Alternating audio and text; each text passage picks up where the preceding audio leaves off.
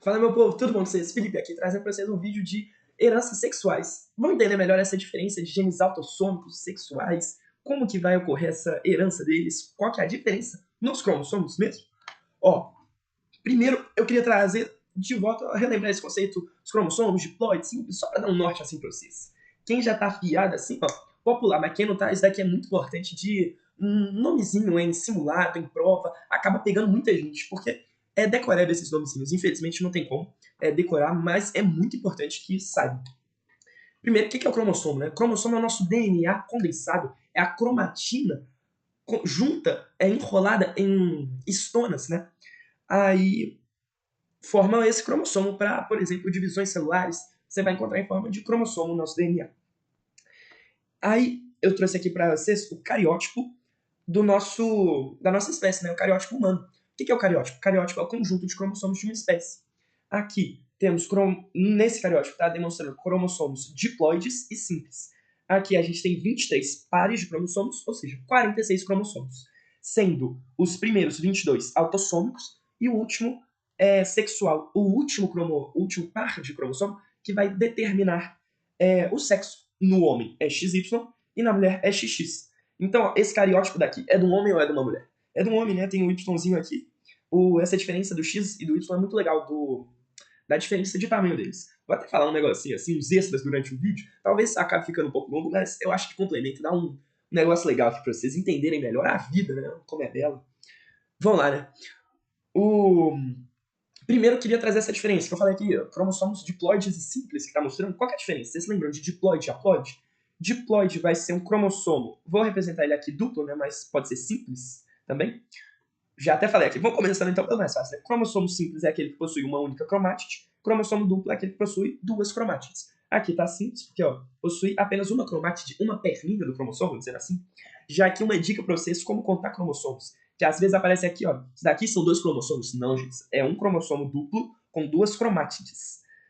Ou seja, é duplo porque tem duas cromátides, né? Você conta pelos telômeros. Telômero vai ser essa bolinha no meio aqui, ó. Telômero. Cada cromossomo vai ter só um telômero. Aqui assim não dá pra gente ver, porque acaba que é bem ruimzinho de ver nessas imagens reais, né? Mas na prova normalmente vai estar apresentado assim. E a diferença de diploide e haploide é se vai ter um cromossomo homólogo, um cromossomo parecido com ele, que tenha na mesma região, gente, no mesmo loco genes para a mesma característica, né? Aqui um cromossomo diploide, ele possui genes parecidos, e aqui um haploide, ele é meio que o cromossomo sozinho, vamos dizer assim. Aqui, olha, se todos os cromossomos são diploides, né? Eles têm seu par homólogo. Aí, o que seria? Vamos pegar nesse par 10 aqui. Por exemplo, nessa parte daqui, tem um cromossomo para peso, vamos dizer. Nesse mesmo cromossomo daqui, do outro lado, vai ter um gene para peso também. Aí é muito interessante ver que, tipo, normalmente eles têm tamanhos parecidos. Aqui é complicado nesses grandões, por conta da diferença de envergadura, vamos colocar assim. Mas, por exemplo, nesse 12 e no 18, você vê que os tamanhos são muito parecidos dos cromossomos homólogos. Aí vem o X e o Y. Um é grandão, outro pequenininho, é azão azinho, o que é isso, gente? Não. Ó, não tem... Eu não sei muito bem se tem uma explicação certinha pra vocês, eu posso até trazer depois se vocês quiserem, mas um negócio muito interessante, você até pensar assim, ó, no raciocínio, vamos pensar aqui, dar uma de cientista. Pô, a gente tem homem é XY, a gente tem a mulher que é XX. O Y, a gente precisa dele pra viver? Não precisa. Tecnicamente, você pode ser um homem X0, você pode ser uma mulher X0, né? Aí, como assim, né? Você precisa do Y, ele é realmente necessário. Óbvio que com ele vem um tanto de genes de, como fala, caracteres sexuais, tanto primários quanto secundários, humanos não, né? Dos homens, produção de testosterona e tudo, muito carregado no gene Y. A gente precisa dele para algumas características dos homens. Porém, a gente, para viver mesmo, a gente precisa do X. O X ele é meio que vital para nossa sobrevivência, né? Sem ele a gente morreria. Que é um trem muito doido de se pensar, né? Por quê? Quais genes que tem no X que faz com que a gente viva? Aí é uns trem assim pra vocês pensarem, né? Mas voltando aqui, a diferença do cromossomo X pro Y, né? Essa parte daqui de cima deles, essas partes, tanto de cima quanto de baixo, as periféricas, vão ser regiões pseudo-autossômicas, ou seja, vão estar agindo como se fosse um cromossomo autossômico. Se tem esse gene aqui, vai ter esse gene aqui no Y. No X vai ter esse gene no Y.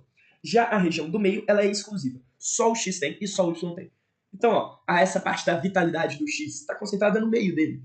Se você corta, por exemplo, as partes do cromossomo, essas daqui assim, será que você consegue fazer um bicho viver ainda? Um ser humano, bicho não, né? É gente, uma pessoa viver? Eu acho que não, né? Porque tem um tanto de gente que carrega aqui. Mas ó, a maioria das provas vai cobrar essa questão voltada para a região exclusiva do X e do Y, né? Normalmente do X. Vamos ver, por exemplo, já o daltonismo, que é do cromossomo X. Normalmente cai muito nas provas. Ó, o cromossomo X, ele vai carregar o gene do daltonismo. E esse gene, ele precisa não apresentar o alelo dominante para que ele seja expresso. Ou seja, não pode ter X lesão no genótipo, né, da pessoa para que ela seja daltônica. Então, no homem, ele é XY, né? Opa. Ele é XY e a mulher é XX. A mulher, ela, para ser daltônica, tem que ser XDzinho, XDzinho. O homem é XDzinho, Y. Enquanto esse X dele, né, pode ser Dzão ou Dzinho. Então, a chance dele ser daltônico é meio. Já da mulher, ela precisa apresentar os dois em homozigose recessiva. Homozigose, né, presença de um alelo só. E heterozigose, dos dois alelos. Aqui, olha, são dois casos de homozigose, esse daqui de heterozigose. Se você não tá entendendo isso daqui, volta lá no nosso vídeo de eletrograma, que eu vou deixar no card aqui pra vocês. Aí, olha, só nesse caso que ela vai ser daltônica, ou seja, 1/3. Por isso que você vê bem mais homens daltônicos do que mulheres daltônicas. Aí, opa, não era pra estar escrito aqui pra você, gente. Ah, mas já tá escrito, mas vamos fazer aqui. Deram esse eletrograma, falaram que era de daltonismo. O que você faz? Estressa? Ah, meu Deus do céu. Não. Vai com calma, vamos ver. O homem é XY, tem que ser Dzinho. XY tem que ser Dzinho. Esse homem daqui, ó, aqui é a mulher, né? É XDzinho, XDzinho, essa mulher. Esse homem daqui tem que ser XDzão Y. Esse Y veio do pai. A gente sabe que a mãe aqui, olha, ela é XDzão. Porque ela não expressa e essa filha daqui é XDzão. Se essa filha já recebeu o XDzão da mãe, o outro X dela vai vir do pai e vai ser XDzinho. Enquanto isso, essa mãe produziu. Produziu é muito feio, né, gente? Coitada, é uma vida, é um ser humano. Ela pariu, não, coitada, gente. Concebeu de uma filha daltônica. Ou seja, ela é XDzinho. Tranquilo, né? Aqui eu queria abrir um parênteses. Quem estiver precisando muito com o tempo corrido, pode pular. Mas vou colocar aqui, ó, um minuto que já volta. Sei lá, vou colocar aqui em algum lugar. Mas um negócio muito legal que eu queria falar com vocês, que é da inativação do X. Vou colocar aqui, ó. Inativação do X. Inativação do X. Que forma, né, o corpúsculo de Barr. Acho que é assim que se escreve, não sei direito, perdão. Eu vou tentar trazer uma imagem, porque se eu não me engano dá pra ver no microscópio esse corpúsculo formado. Mas o que é a inativação do X? Se vou colocar assim, um ser humano, né, tanto homem quanto mulher, apresentar mais de um X, porque o homem, ele pode ter uma, como fala? Não vou colocar anomalia, né, pode ter ele pode ser Klinefelter, tem uma diferença que ele é XXY. Quanto a mulher, por exemplo, XX, um desses X, todos esses X, na verdade, que, vamos colocar que sobressaem um, vamos recomeçar, né? No nosso corpo, ainda quando a gente é um feto, ele vai inativar um desses X. Se na mulher aqui ela é XX, né? Ela, independente de qual for assim, ó, vamos colocar o XDzão, XDzinho aqui, já para puxar um assunto que eu queria falar. Se foi lá nas primeiras semanas e inativou esse X daqui, em uma célula, inativou esse X, isso acontece em todas as nossas células. Né? E não é só nessa parte, né? Não sei em que estágio a gente está certinho, me desculpem, mas eu acho que é na mórula, já são várias células, né? Eu tenho certeza que já são mais de uma célula. Pode ocorrer essa diferença, é completamente aleatória essa inativação do X. Aqui, aí inativou o XDzinho. Essa célula daqui não vai apresentar como fala? O alelo para o daltonismo. Só que se, por exemplo, foi lá e inativou o XDzão, essa célula vai apresentar características, né? Vai expressar proteínas para o daltonismo. Agora, uma célula do olho de uma mulher que inativou o X do Dzão, ela possui células daltônicas no olho. Porém, as células que são XDzão, que identificam a luz, compensam e fazem com que ela não seja daltônica. Muito doido isso do nosso corpo, né, gente?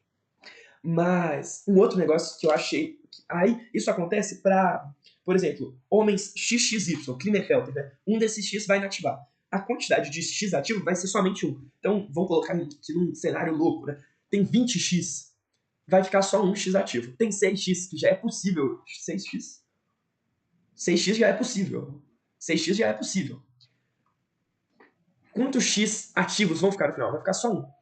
Então, ó, já trazendo outro negocinho também. Quais doenças vão ser mais, como fala, perigosas, né? Uma doença ligada ao X ou ligada ao Y? Uma herança ligada ao X, né? Porque ele pode inativar, enquanto o Y vai estar funcionando para a vida toda. Antes, rapidão, só um experimento, porque é muito doido, esse também mexe com biotecnologia.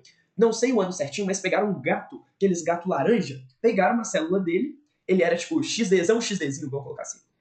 Aí, vamos colocar XL, XLzão, XLzinho. Aí, se tiver o Lzão, é laranja. Se tiver só o Lzinho, vai ser preto. Colocaram pegaram, né, o núcleo desse gato laranja, colocaram numa célula anucleada, né, sem núcleo, de um outro gato, e colocaram essa célula já híbrida, né, num corpo de um outro gato ainda. Deu um filho geneticamente igual, né, ao gato laranja, só que a cor dele, ele nasceu preto, em vez de laranja, por causa dessa inativação do X. O X que inativou, em vez de ser o que dava a coloração preta, né, que dava a coloração preta inativou no gato laranja. Nesse gato preto inativou o X do laranja. Então, assim, completa aleatoriedade, né, dessa inativação do X. A gente ainda não sabe por que isso. Mas vamos voltar aqui para o nosso foco, né? Esse minuto aqui, ó, para quem pulou, perdeu um conteúdaço. Mas voltando aqui, vamos para nossa questãozinha agora, né? Fulvestre fala que tem aqui uma família afetada por adrenoleucodistrofia e fala que essa mulher 32 está grávida, não sabe o sexo do bebê. Pergunta qual que é o padrão de herança e a possibilidade de ser afetada. Vamos primeiro, aí aqui, olha, a gente vai precisar de analisar duas coisas, então, padrão de herança e a probabilidade de ser afetado. Vamos supor, a gente olha daqui, ó, só homem que tem, a gente já levanta uma hipótese, pô, pode estar ligado ao Y. Só que a gente vem aqui, coloca que o Y é esse Y ruim. E esse pai daqui, olha, que doou, né, esse Y pro filho. E o pai não é afetado. Tem como o filho ser afetado e o pai não ser afetado com uma doença ligada ao Y? Não tem como. A gente já corta a nossa letra C. Agora vamos ver se é uma herança autossômica, né? Ligada aos genes, aos 22 primeiros pares de genes, não, de cromossomos. Se aqui, ó, for recessivo, né, que tava falando ali, autossômico recessivo, azão azinho. Aqui é azão alguma coisa, opa, aqui tem que ser azão azinho, aqui é azão azinho, porque dá pais iguais, filhos diferentes, né? Tá explicado isso no outro videozinho, se você não passou, vê lá. Aqui, mesmo caso, azão azinho. Esse daqui a gente não vai saber. Vai ser azão alguma coisa, azão alguma coisa. Tem como a gente determinar a probabilidade de ser afetado? Não tem como.